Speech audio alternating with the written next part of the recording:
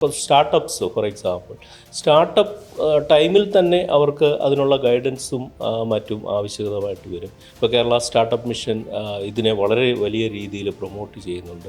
കാരണം ഒരു ബിസിനസ് ഓണറിനെ സംബന്ധിച്ചൊരു ഐഡിയയും കാര്യങ്ങളും ഒക്കെ കാണും. പക്ഷേ ഇതിൻ്റെ ഒരു ഇംപ്ലിമെൻറ്റേഷനും അതിനപ്പുറത്തേക്കുള്ള എക്സിക്യൂഷനും അതിലൂടെയുള്ള ബിസിനസ് സിസ്റ്റം അല്ലെങ്കിൽ ആ ബിസിനസ് എൻ്റർപ്രൈസ് സെറ്റ് ചെയ്തെടുക്കുന്നതിനും ഒരു ഗൈഡൻസ് ആവശ്യമാണ്. ബിസിനസ് ചെയ്യാൻ ആഗ്രഹിക്കുന്ന ഒരു വ്യക്തിയെ സംബന്ധിച്ച് ഇന്ത്യ എന്ന് പറയുന്ന രാജ്യത്ത് ധാരാളം ഓപ്പർച്യൂണിറ്റീസാണ് വന്നുകൊണ്ടിരിക്കുന്നത്, വരാൻ പോകുന്ന അതിനേക്കാൾ വലിയ ഓപ്പർച്യൂണിറ്റീസ്. കാരണം 2000 മുൻപ് ഇന്ത്യയുടെ ഒരു GDP അല്ലെങ്കിൽ ഒരു എക്കോണമി എന്ന് പറയുന്നത് ലെസ് ദാൻ 1 ട്രില്യൺ ആയിരുന്നു. ഇപ്പോഴത് മോർ ദാൻ 4 ട്രില്യണിലേക്ക്, അതായത് ലാസ്റ്റ് 25 വർഷത്തിനകത്ത് മോർ ദാൻ 4 ട്രില്യണിലേക്ക് ആ ഒരു ഇന്ത്യയുടെ വളർച്ച എത്തിക്കഴിഞ്ഞു. 2050 ആകുമ്പോഴത്തേനും ഇന്ത്യ എന്ന് പറയുന്ന ഈ രാജ്യം ലോകത്തിൽ തന്നെ രണ്ടാമത്തെ ഒരു സാമ്പത്തിക ശക്തിയായി മാറുമെന്നാണ് സാമ്പത്തിക വിദഗ്ധർ പറഞ്ഞിരിക്കുന്നത്. So we are at the right time at the right place. ഇന്നത്തെ ബിസിനസ് വേൾഡിൽ ഹാർഡ് വർക്ക് മാത്രം പോരാ, right strategy, systems, leadership and right guidance കൂടി വളരെ അനിവാര്യമാണ്. ആൻഡ് അതിനാലാണ് ഇന്ന് ബിസിനസ് കൺസൾട്ടിംഗ് ഓൺട്രപ്രണേഴ്സിന് വലിയൊരു സപ്പോർട്ടിംഗ് സിസ്റ്റമായി മാറിയിരിക്കുന്നത്. ആ ഒരു ടോപ്പിക്കിനെ പറ്റി കൂടുതൽ സംസാരിക്കാനായി ഇന്ന് നമ്മളോടൊപ്പം ജോയിൻ ചെയ്തിരിക്കുന്നത് ഓൺവേർഡ് ബിസിനസ് കൺസൾട്ടിംഗ് ആൻഡ് ട്രെയിനിങ്ങിൻ്റെ CEO ആൻഡ് സ്ട്രാറ്റജിസ്റ്റ് ആയ മിസ്റ്റർ ബാനർജി ഭാസ്കരനാണ്. Sir, welcome to the podcast. Thank you so much. Okay sir, let's start with the most basic question. What is business consulting? അതൊരു സിമ്പിളായിട്ട് ഒന്ന് explain ചെയ്യാമോ? അതെ, നമ്മൾ ലോകത്തിൽ ഉള്ള ഏതാണ്ട് എല്ലാ സ്ഥാപനങ്ങളും ഉപയോഗിക്കുന്ന ഒരു സംഗതിയാണ് ബിസിനസ് കൺസൾട്ടിംഗ് എന്ന് പറയുന്നത്. അല്ലെങ്കിൽ കേരളത്തിൽ ഇപ്പോൾ ഇത് വളരെയധികം കൂടുതലായിട്ട് ആൾക്കാർ ഇതിനെക്കുറിച്ച്, ഈ സർവീസിനെക്കുറിച്ച് മനസ്സിലാക്കാൻ ശ്രമിക്കുന്നുണ്ട്.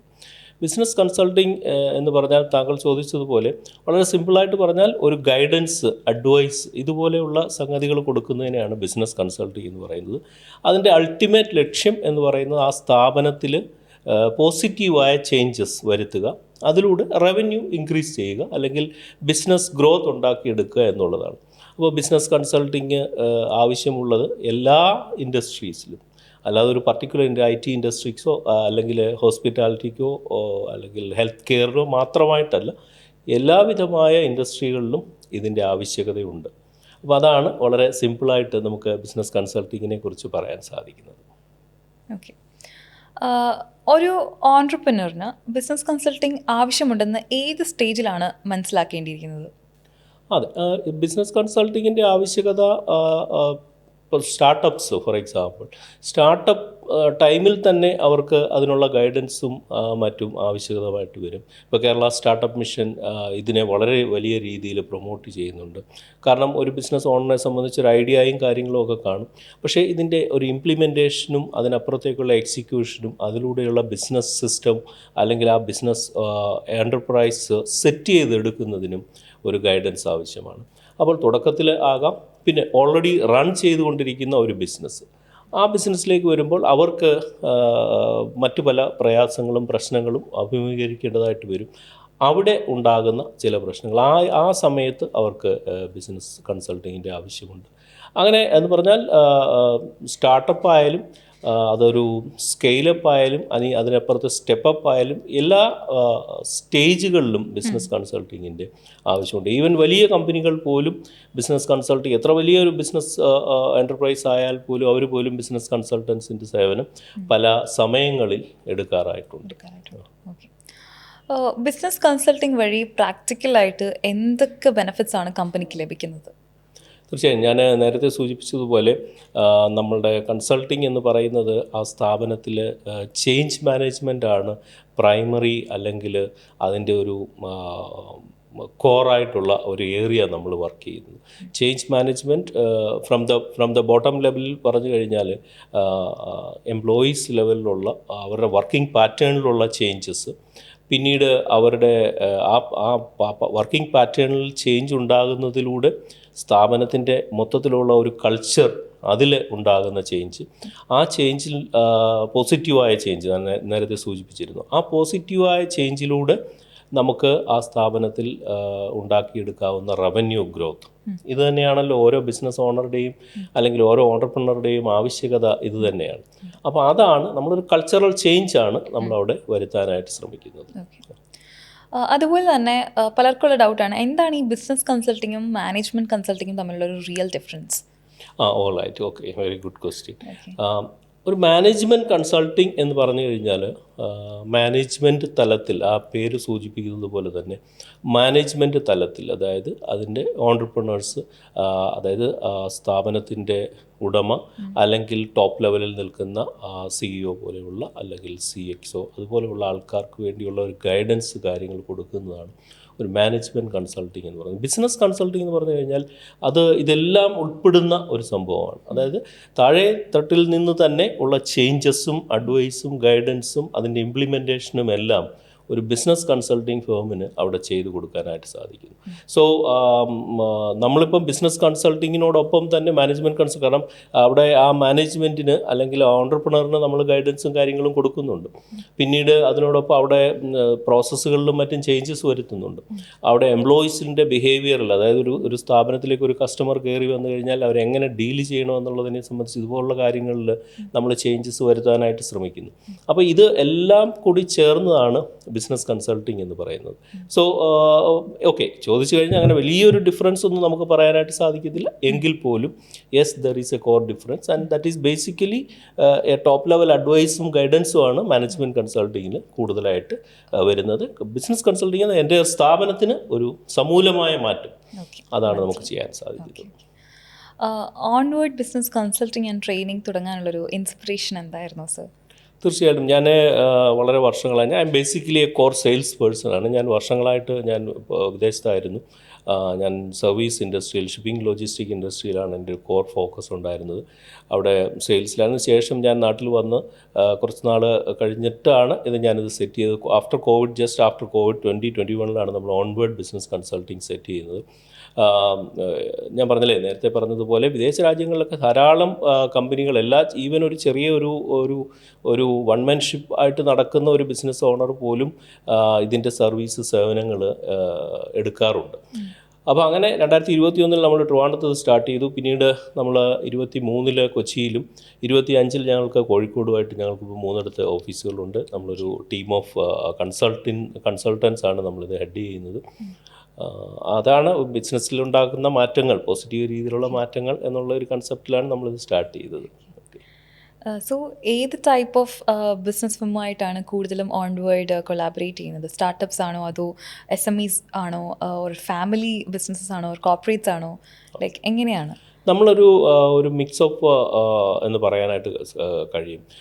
ഇപ്പോൾ വിദേശത്ത്, എസ്പെഷ്യലി US ഉള്ള കൺസൾട്ടൻസ് എന്ന് പറഞ്ഞാൽ ദേ ഓൺലി ഫോക്കസ് ഒരു പർട്ടിക്കുലർ ഏരിയ എന്ന് മാത്രമാണ്. For example, if they are into health care, they will only health care, they are doing consultancy for.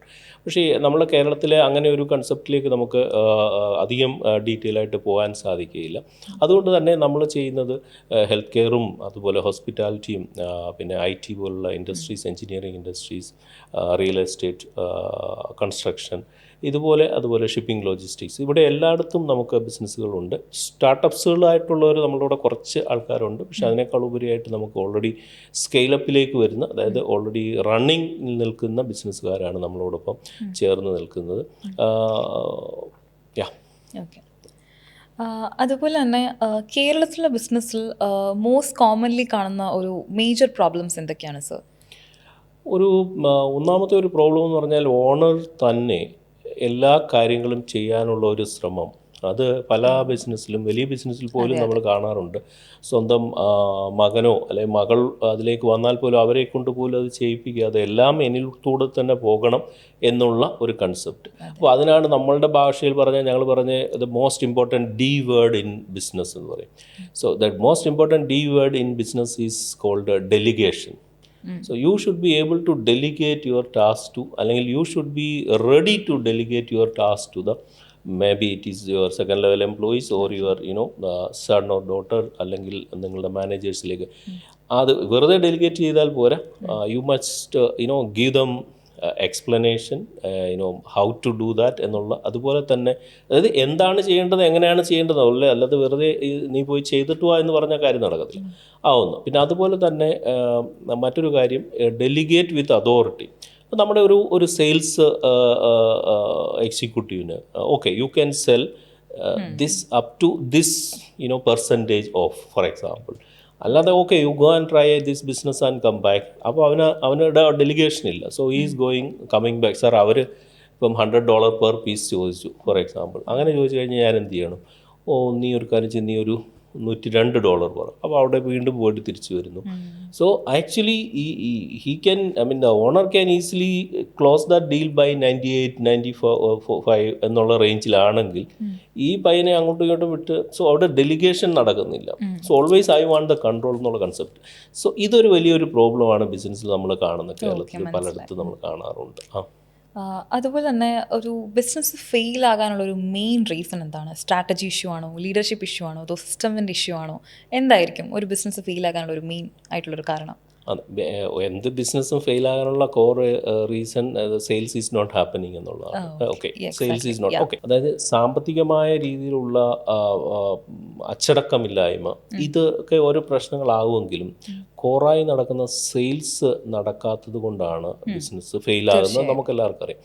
പക്ഷേ ആ സെയിൽസ് നടക്കാത്തതിന് പലവിധ കാരണങ്ങളുണ്ടാകും. ഒന്നുകിൽ നമ്മൾ വിചാരിക്കും എൻ്റെ പ്രോഡക്റ്റ് അല്ലെങ്കിൽ എൻ്റെ സർവീസാണ് ഏറ്റവും ബെസ്റ്റ് എന്ന് വിചാരിക്കും. പക്ഷെ അത് മാർക്കറ്റിൽ അത് ഫിറ്റ് ആകില്ല.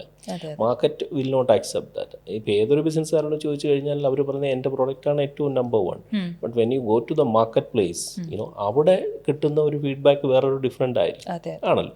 അപ്പോൾ അതങ്ങനെ. പിന്നെ നമ്മൾ കണ്ടെത്തുന്ന റൈറ്റ് കസ്റ്റമർ സെഗ്മെൻറ്റ്, ഇതൊരു വളരെ ഇമ്പോർട്ടൻറ്റ് ഫാക്ടറാണ്. ആർക്കാണ് നമ്മൾ സെല്ല് ചെയ്യാൻ പോകുന്നത്, മനസ്സിലായില്ല. അപ്പോൾ അങ്ങനെയൊക്കെയുള്ള, അപ്പോൾ ഇതെല്ലാം ബേസിക്കായിട്ട് നിൽക്കാനുള്ള ഒരു റീസൺ പിന്നെ സെയിൽസാണ്. അതിനോടൊപ്പം നേരത്തെ ഞാൻ പറഞ്ഞ ഫൈനാൻഷ്യൽ ഇൻഡിസിപ്ലിൻ, സാമ്പത്തികമായ അച്ചടക്കമില്ലായ്മ.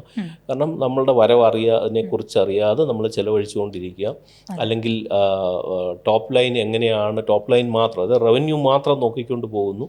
പക്ഷേ നമ്മളുടെ ബോട്ടം ലൈൻ, അതായത് അതിനനുസരിച്ച് എന്തൊക്കെയാണ് ചിലവുകൾ ഉണ്ടാകുന്നത്. പുതിയൊരു സ്റ്റോർ, ഇപ്പോൾ for example MG road in Bangalore you want to open, it's very good idea. പക്ഷേ what is a cost there? ആ കോസ്റ്റിനനുസരിച്ച് whether we are getting the ROI. So ഇങ്ങനെ, അല്ലാതെ okay I have office in everywhere all over India, so but how many stores are making money? ഇതൊരു വലിയൊരു സ്ഥാപനമായി കഴിഞ്ഞാൽ ആ strategy അവർക്ക് ചെയ്യാനായിട്ട് സാധിക്കും. കാരണം they want all over. For example ചില ബ്രാൻഡഡ് ഷർട്ട്സ് ഇതുപോലുള്ള ബ്രാൻഡുകൾക്ക് they want shops in all over in India, all എന്താ പറയുന്നത്, എല്ലാ MG റോഡുകളിലും, എല്ലാ സിറ്റികളിലെ MG റോഡുകളിലും ദേ വാണ്ട് ഷോറൂം. ഇപ്പം ട്രിവാൻഡ്രത്ത് നമുക്ക് MG റോഡുണ്ട്, കൊച്ചിയിലുണ്ട്, കാലിക്കറ്റുണ്ട്, പൂനെയിൽ കാണും, ഡൽഹിയിലുണ്ട്, ഇവിടെയൊക്കെ ഉള്ളിടത്ത് they want. So this is like പക്ഷേ ഈ എല്ലാ ഷോറൂമുകളിലും they will not make money, പക്ഷേ still they will keep it. പക്ഷേ for that they have budget to spend. പക്ഷേ നമ്മളിപ്പോൾ നേരത്തെ ചോദിച്ച പോലെ SME ലെവലിലുള്ള ഒരാളിനെ സംബന്ധിച്ച് when you are doing some expansion, make sure there is the cost met എന്നുള്ളതാണ്. ROI കണ്ടുകൊണ്ട് തന്നെ ചെയ്യണം. ഇതുപോലുള്ള 1-2 ഘടകങ്ങളാണ് മെയിനായിട്ടുള്ളത്. അടുത്തതെന്ന് പറയുമ്പോൾ സിസ്റ്റം ബിൽഡ് ബിസിനസ് എന്നൊരു ചൊല്ലുണ്ട്. എന്താണ് അതിൻ്റെ പ്രാക്ടിക്കലായിട്ടൊരു മീനിങ്? അതെ, ഇപ്പോൾ സിസ്റ്റം ബിൽഡ് ബിസിനസ് എന്ന് ചോദിച്ചു കഴിഞ്ഞാൽ പ്രാക്ടിക്കാലിറ്റി ചോദിച്ചാൽ when you go to a salon for example, okay, a branded salon, we have some salons they have multiple brands. So you visited that one particular branch and അവിടെ പോയി കഴിഞ്ഞാൽ you will get a service. Then you are sending your friend there. Okay, this particular you go there, is very good service എന്നുള്ള രീതി. പക്ഷേ ആ front അവിടെ പോകുമ്പോൾ ആ സർവീസ് ഉണ്ടാകണമെന്നില്ല. കറക്റ്റ്, മനസ്സിലായോ? അപ്പോൾ അവർ വന്നിട്ട് വീണ്ടും തിരിച്ചു വന്ന് തങ്ങളോട് ചോദിക്കുന്നു, നീ എന്ത് പണിയാണ് കാണിച്ച് എന്നെ അവിടേക്ക് പറഞ്ഞു വിട്ടു, അവിടെ ഒരു ഗുണവും ഇല്ലായിരുന്നു എന്നുള്ളത്. അയ്യോ, ഞാൻ പോയപ്പോൾ നല്ലതായിരുന്നല്ലോ. അതാണ് ഒരു കേസ്. ഇനി നേരത്തെ പറഞ്ഞ പോലെ പല ബ്രാഞ്ചസ് ഉണ്ട്. ഇപ്പോൾ ട്രിവാൻഡ്രത്തെ ബ്രാഞ്ചിൽ പോയി കഴിഞ്ഞാൽ അവിടെ നല്ലതാണ്, പക്ഷെ കൊല്ലത്തുള്ള ബ്രാഞ്ചിലേക്ക് പോയി കഴിഞ്ഞാൽ കൊല്ലത്തെ അത്ര മോശമല്ല, അല്ല അത്ര ഗുണമില്ല. അതേപോലെ ട്രിവാൻഡ്രം സിറ്റിയിൽ തന്നെ മൾട്ടിപ്പിൾ ബ്രാഞ്ചസ് ഉണ്ട്. അവരുടെ Kawdiar branch is very good, but പിന്നെ പട്ടത്തെ branch is not that good എന്ന് പറയുന്നത് കൊണ്ടാണ്, അല്ലെങ്കിൽ എന്ന് പറയുന്നത് ഒഴിവാക്കാനാണ് you need a system. You go to any KFC, any McDonald's shop you go, they will ask a standard question. You do want French fries. അതെ This is all over the world. You go Singapore, Dubai, Bombay, anywhere they will ask the same question. So this is called, they have a system. You go to any KFC shop and they will have a cleaning mechanism. They will clean. So this is so repeat ചെയ്യുന്ന actions uniform ആയിട്ട് ചെയ്യുക. അതെ That's it. അതാണ് then only your customer will get a uniform feeling or experience. So that is what simple we can call system. Organisational change implement ചെയ്യുമ്പോൾ employees ഒരു resistance കൊണ്ടുവരാറുണ്ട്. So അതെങ്ങനെയാണ് അത് handle ചെയ്യുന്നത്? തീർച്ചയായിട്ടും നല്ല ഒരു ചോദ്യമാണ്. കാരണം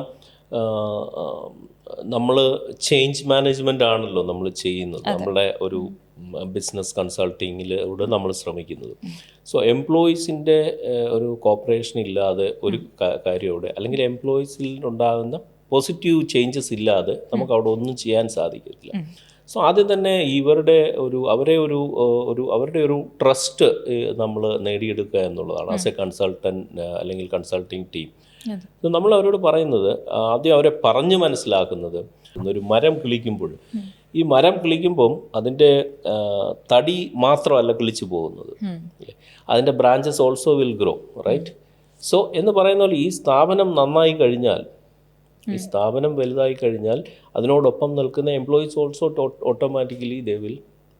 അല്ലെങ്കിൽ 40 വർഷം മുമ്പ് നമുക്കിവിടെ ചാലക്കമ്പോളത്തിൽ ഒരു ഒറ്റ ഷട്ടർ കൊണ്ട് തുടങ്ങിയ ആൾ അവിടെ അതുപോലെ ഇരിപ്പുണ്ട്, കൂടെ നിന്ന ആളും അതുപോലെ ഇരിപ്പുണ്ട്. പക്ഷെ തൊട്ടപ്പുറത്ത് അതേ രീതിയിൽ തുടങ്ങിയ ആൾ ഇന്ന് കേരളത്തിൽ തന്നെ ഏറ്റവും വലിയ ബിസിനസ് ചെയ്യുന്ന വ്യക്തിയായിട്ട് മാറി. കേരളത്തിൽ ആദ്യമായിട്ട് ഒരു മാള് കൊണ്ടുവന്ന വ്യക്തി വരെ നമ്മുടെ ട്രിവാൻഡ്രത്ത് ചെറിയ രീതിയിൽ ബിസിനസ് ചെയ്ത വ്യക്തിയാണ് കേരളത്തിൽ ആദ്യമായിട്ട് എറണാകുളത്ത് മാള് സ്റ്റാർട്ട് ചെയ്തത്.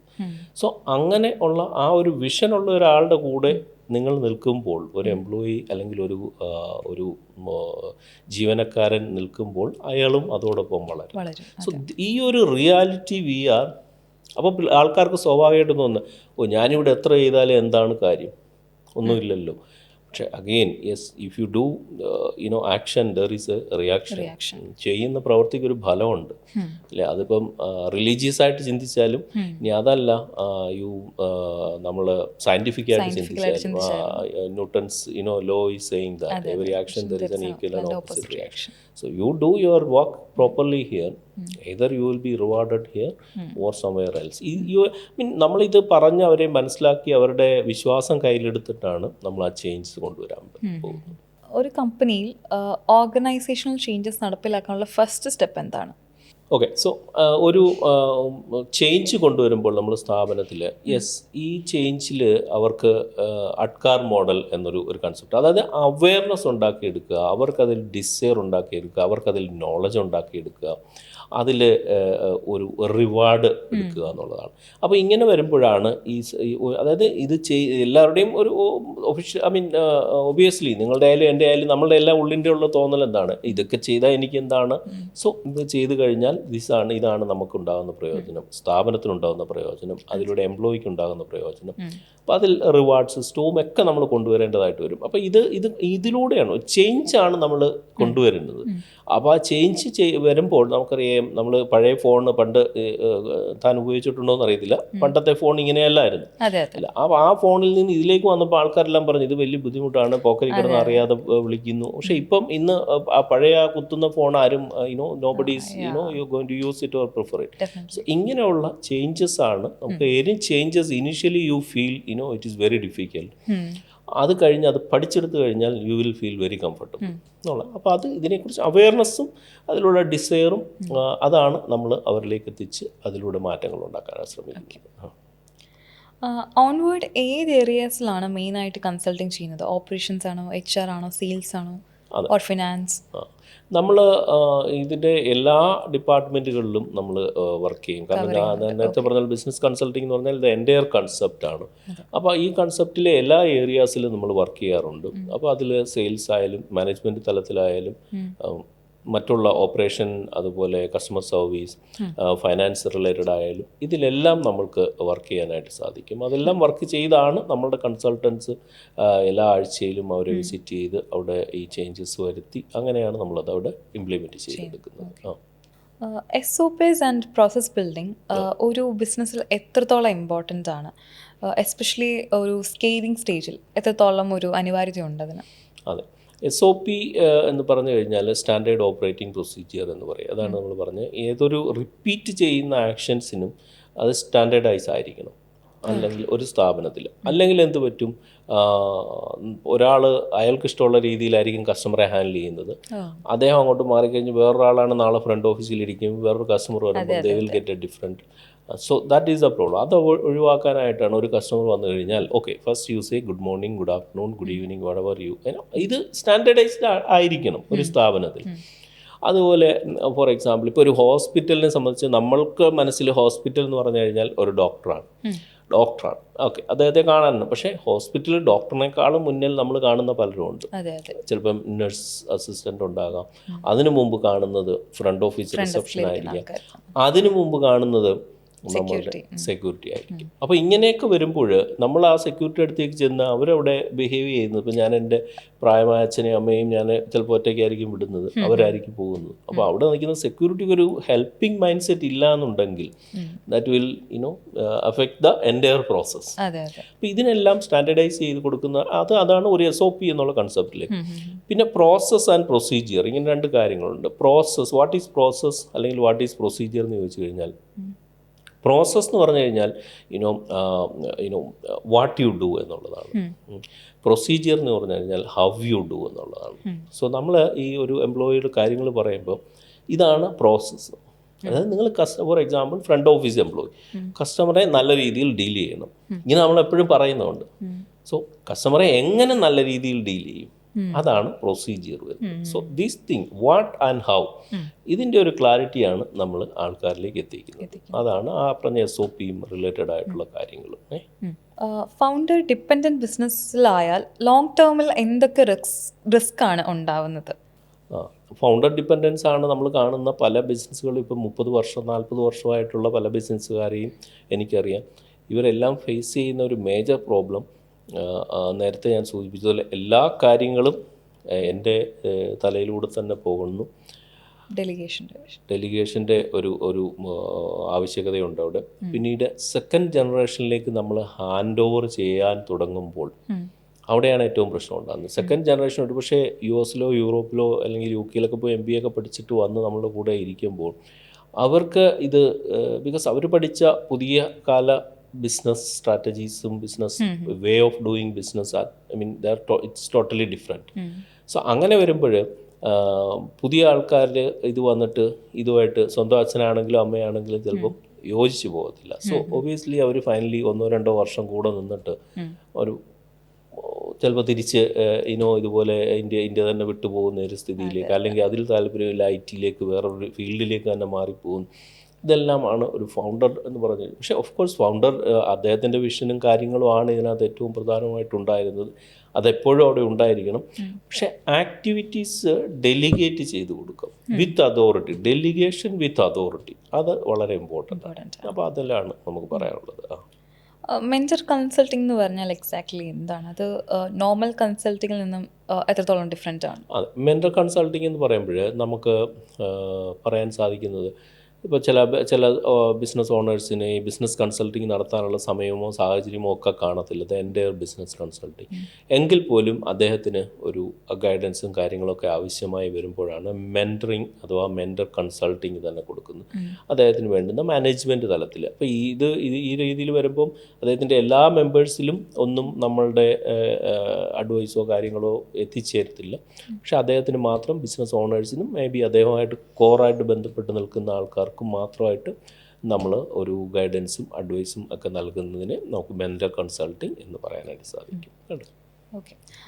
A mentor should only guide the business, or should he guide the entrepreneur personally too? Yeah, personal guidance is required for business owners. Yes, because നമ്മൾ ഒരാളുടെ ബ്രെയിനാണ്, ആ ബ്രെയിൻ വെച്ച് യൂസ് ചെയ്ത് മുന്നോട്ട് പോകുമ്പം പല സമയത്തും എന്ത് പറ്റുമെന്ന് ചോദിച്ചു കഴിഞ്ഞാൽ കൺഫ്യൂഷൻസ് ഉണ്ടാകാം, ലാക്ക് ഓഫ് ക്ലാരിറ്റി ഉണ്ടാകാം. അപ്പോൾ അതേ വേവ് ലെങ്തിൽ അതേ പോസിറ്റീവ് മൈൻഡ് സെറ്റിൽ ചിന്തിക്കുന്ന മറ്റൊരാളുടെ ഇൻഫ്ലുവൻസ് അദ്ദേഹത്തെ വളരെയധികം ഹെൽപ്പ് ചെയ്യുമെന്നുള്ളതാണ്. കേരളത്തിലെ ഓൺട്രപ്രനേഴ്സിന് ഇപ്പോൾ വേണ്ടത് ബിഗ്ഗസ്റ്റ് ഒരു മൈൻഡ് സെറ്റ് ഷിഫ്റ്റ് വേണം എന്ന് തോന്നുന്നത് എന്ത് കാര്യത്തിലാണ്? അതാ നമ്മൾ പറഞ്ഞത് തന്നെയാണ്. അതായത് ആ ഒരു ഡെലിഗേഷൻ ഓഫ് അതോറിറ്റി എന്നുള്ളതാണ്. കാരണം കേരളത്തിലെ പല ബിസിനസ്സുകാരും ഫേസ് ചെയ്യുന്ന ഒരു പ്രധാന പ്രശ്നം എന്ന് പറഞ്ഞു കഴിഞ്ഞാൽ അവരുടെ അടുത്ത തലമുറയിലേക്ക് വളരെ കഷ്ടപ്പെട്ട് വളർത്തിക്കൊണ്ട് വന്ന ബിസിനസ്സിനെ അടുത്ത തലമുറയിലേക്ക് അവർക്ക് കൈമാറാൻ സാധിക്കുന്നില്ല. അത് അവിടെയാണ് ഈ ഒരു സംഭവത്തിൻ്റെ.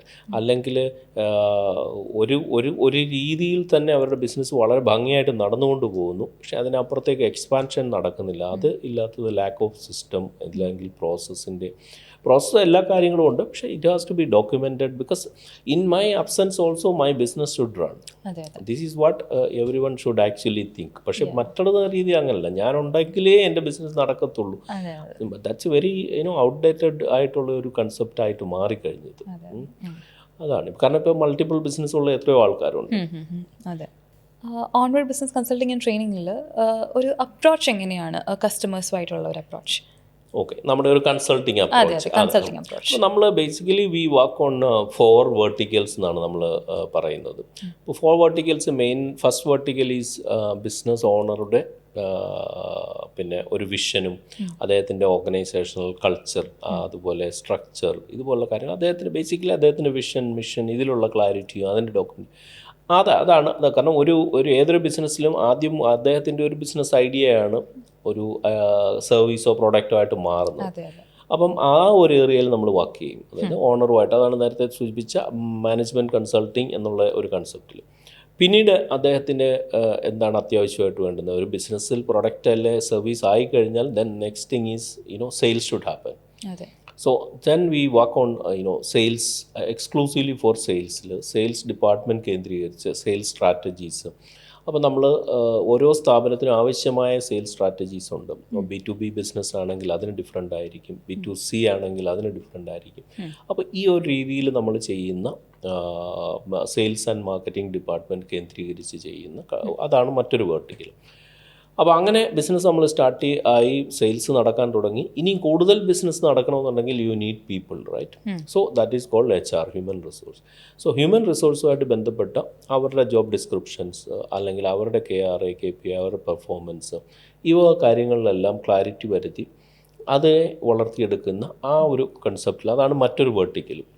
പിന്നെ 4ാമത്തെ വെർട്ടിക്കലാണ് നമുക്ക് ഇപ്പോൾ 4, 5, 8, 10 പേരാണെങ്കിൽ you can manage, but more than 10, 12, 15 people you need a system to manage, you need a standard operating procedure should be there. അപ്പോൾ അങ്ങനെ വരുമ്പോൾ നമ്മൾ എല്ലാവിധമായ SOPs, അതായത് മാനുവൽസ് ആയാലും ഓരോ ഡിപ്പാർട്ട്മെൻറ്റ് ബേസിസിലുള്ള മാനുവൽ ക്രിയേറ്റ് ചെയ്ത് എൻ്റയർ ഒരു സ്ഥാപനത്തിന് ഒരു എൻ്റയർ ബൈബിൾ തന്നെ നമ്മൾ ക്രിയേറ്റ് ചെയ്ത് കൊടുക്കുന്ന രീതിയിലേക്ക് ഇങ്ങനെ 4 വെർട്ടിക്കലാണ്. അതായത് ഓണറിനുമായിട്ടൊരു വെർട്ടിക്കൽ, സെയിൽസ് ആൻഡ് മാർക്കറ്റിംഗ് കേന്ദ്രീകരിച്ചൊരു വെർട്ടിക്കൽ, പിന്നെ നമ്മളുടെ ഹ്യൂമൻ റിസോഴ്സ് എന്നുള്ള രീതിയിൽ അവർക്ക് because human resource are very important for any business, right? അതേ രീതിയിൽ മറ്റുള്ള ഡിപ്പാർട്ട്മെൻറ്റ് തലത്തിൽ ഉള്ള SOPs ക്രിയേറ്റ് ചെയ്ത് അപ്പോൾ ഇങ്ങനെ ഒരു 4 വെർട്ടിക്കലിലാണ് നമ്മൾ സിമിൾട്ടേനിയസ് ആയിട്ട് വർക്ക് ചെയ്യുന്നത്. അല്ല ഞങ്ങൾ ഇത് മാത്രമല്ല, 4 വെർട്ടിക്കലിലും ഒരേ രീതിയിൽ നമ്മൾ വർക്ക് ചെയ്ത് മുന്നോട്ട് പോകും. അങ്ങനെയാണ് അത് നമ്മൾ ചെയ്യുന്നത്. ഇപ്പം ചില സ്ഥാപനത്തിൽ പക്ഷേ നമ്മൾ സെയിൽസ് മാത്രമായിട്ട് ചെയ്യുന്നുണ്ട്, സെയിൽസ് മാത്രമായിട്ട്. അപ്പോൾ അവർ ആ സെയിൽസ് ഡിപ്പാർട്ട്മെൻറ്റിനെ മാനേജ് ചെയ്യുന്നത് ഞങ്ങളായിരിക്കും. മന്ത്ലി ഉള്ള മീറ്റിങ്സുകൾ അല്ലെങ്കിൽ വീക്കിലി ഉള്ള ഓൺലൈൻ മീറ്റിങ്സ്, അവരുടെ സെയിൽസ് ടാർഗറ്റ്സ് അല്ലെങ്കിൽ അവരുടെ സെയിൽസ് അച്ചീവ്മെൻറ്റ്സ് ഇത് അസസ് ചെയ്യുന്നതും ഇതെല്ലാം ഞങ്ങൾ തന്നെയായിരിക്കും. അങ്ങനെ ചില കമ്പനികൾക്ക് വേണ്ടി ഞങ്ങൾ ചെയ്ത് കൊടുക്കാറുണ്ട്. അപ്പോൾ ഇതാണ് നമ്മളുടെ ഒരു അപ്രോച്ച് എന്ന് എനിക്ക് പറയാൻ സാധിക്കും. Finally last question sir, young ഓൺട്രപ്രനേഴ്സിന് സർ നൽകാൻ ആഗ്രഹിക്കുന്ന ഒരു സ്ട്രോങ് മെസ്സേജ് എന്താണ്? Alright, okay, very good. Okay, ഞാൻ പറയാൻ ആഗ്രഹിക്കുന്നത് actually now we are in India and 2026 already. So we are at the right time at the right place എന്നുള്ളതാണ്. So we need to take action. അതായത് business ചെയ്യാൻ ആഗ്രഹിക്കുന്നവർക്ക്, ഇപ്പോൾ എല്ലാവർക്കും business ചെയ്യാൻ ആഗ്രഹം കാണത്തില്ല, പലർക്കും പല പ്രയോറിറ്റീസ് ആയിരിക്കും. പക്ഷെ ബിസിനസ് ചെയ്യാൻ ആഗ്രഹിക്കുന്ന ഒരു വ്യക്തിയെ സംബന്ധിച്ച് ഇന്ത്യ എന്ന് പറയുന്ന രാജ്യത്ത് ധാരാളം ഓപ്പർച്യൂണിറ്റീസാണ് വന്നുകൊണ്ടിരിക്കുന്നത്, വരാൻ പോകുന്ന അതിനേക്കാൾ വലിയ ഓപ്പർച്യൂണിറ്റീസ്. കാരണം 2000-ന് മുൻപ് ഇന്ത്യയുടെ ഒരു GDP അല്ലെങ്കിൽ ഒരു എക്കോണമി എന്ന് പറയുന്നത് ലെസ് ദാൻ 1 ട്രില്യൺ ആയിരുന്നു.